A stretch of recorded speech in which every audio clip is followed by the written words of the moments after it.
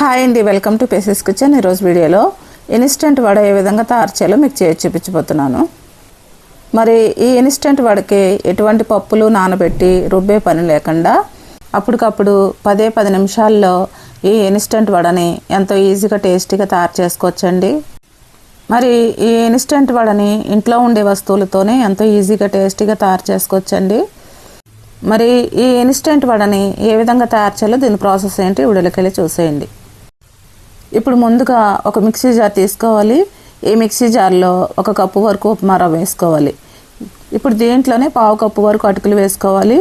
ఇప్పుడు ఈ రెండింటిని కూడా మెత్తగా మిక్సీ పట్టుకోవాలి. ఈ ఉప్మా రవ్వని అటుకుల్ని మరీ ఫైన్ పౌడర్ లాగా మిక్సీ పట్టుకోని అవసరం లేదండి, ఈ విధంగా ఉంటే సరిపోతుంది. ఇప్పుడు ఈ ఉప్మా రవ్వ అటుకుల పౌడర్ని ఒక బౌల్లోకి ట్రాన్స్ఫర్ చేసుకోవాలి. ఇప్పుడు దీంట్లోనే 1 కప్పు వరకు పెరుగు వేసుకోవాలి. ఇప్పుడు ఈ పెరుగుని ఈ ఉప్మా రవ్వ అటుకుల పౌడర్లో మొత్తం మిక్స్ అయ్యేటట్టు ఒకసారి బాగా కలుపుకోవాలి. ఇప్పుడు ఈ పెరుగుని ఉప్మా రవ్వ అటుకుల పౌడర్లో బాగా కలుపుకున్న తర్వాత ఇప్పుడు దీని మీద మూత పెట్టుకొని ఒక 15 నిమిషాలు నాననివ్వాలి. 15 నిమిషాలు అయిన తర్వాత మూత తీసి చూస్తే ఈ ఉప్మా రవ్వ అటుకుల పౌడర్ని మనం వేసుకున్న పెరుగు పీల్చుకొని బాగా నాని గట్టిపడిందండి.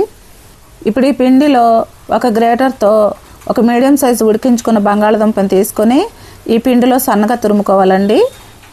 ఉడికించుకున్న బంగాళదుంపని ఈ విధంగా సన్నగా తురుముకున్న తర్వాత ఇప్పుడు దీంట్లోనే ఒక ఉల్లిపాయని చిన్న చిన్న ముక్కలుగా కట్ చేసుకొని వేసుకోవాలి.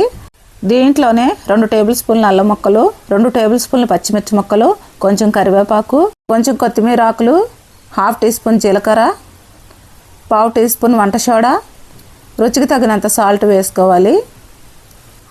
ఇప్పుడు వీటిని అన్నింటినీ కూడా మొత్తం మిక్స్ అయ్యేటట్టు ఒకసారి బాగా కలుపుకోవాలి. ఇప్పుడు ఈ వడపిండి కొంచెం గట్టిగా ఉందండి, అందువల్ల ఈ వడపిండిలో 2 టేబుల్ స్పూన్లు వాటర్ వేసుకోవాలి. ఈ వాటర్ని ఈ వడపిండిలో మొత్తం మిక్స్ అయ్యేటట్టు ఒకసారి బాగా కలుపుకోవాలి. ఇప్పుడు ఈ వడపిండి కన్సిస్టెన్సీ ఈ విధంగా ఉండాలండి, ఈ విధంగా ఉంటే సరిపోతుంది.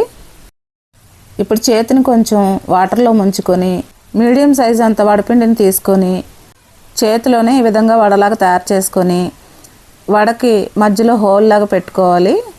ఈ విధంగానే మొత్తం వడలని తయారు చేసుకోవాలండి. ఇప్పుడు స్టవ్ మీద ఒక కడాయి పెట్టుకొని డీప్ ఫ్రైకి సరిపడా ఆయిల్ వేసుకొని మరిగించుకోవాలి. నేను వడని ముందు చూపించిన విధంగా మీకు చేసుకోవడం రాకపోతే చేతిలో కూడా ఈ విధంగా వడలు చేసుకోవచ్చండి. ఈ విధంగా వడలు చేసుకొని ఈ మరిగించుకున్న ఆయిల్లో ఒకదాని తర్వాత ఒకటి వేసుకొని డీప్ ఫ్రై చేసుకోవాలండి. ఈ ఆయిల్లో వడలు వేసిన తర్వాత మంటని మీడియం ఫ్లేమ్లోకి మార్చుకొని ఈ వడల్ని డీప్ ఫ్రై చేసుకోవాలండి.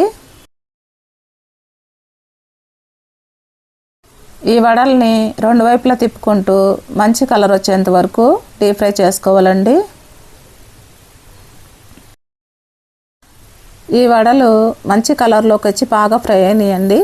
ఈ వడలను తీసుకొని ఒక ప్లేట్లోకి పెట్టేసుకుందాం. మిగిలి ఉన్న వడలను కూడా ఇదే విధంగా మీడియం ఫ్లేమ్లో మంచి కలర్ వచ్చేంత వరకు డీప్ ఫ్రై చేసుకోవాలండి. అంతేనండి, వడలు రెడీ అయిపోయినాయి. ఈ వడల్ని వేడివేడిగా సర్వ్ చేసుకోవడమే. ఈ ఇన్స్టెంట్ వడల్ని పల్లి చట్నీతో అల్లం చట్నీతో సర్వ్ చేసుకుంటే ఎంతో టేస్టీగా ఉంటాయండి. మరి ఈ ఇన్స్టెంట్ వడల్ని ఎంతో ఈజీగా టేస్టీగా తయారు చేయడం చూశారు కదా.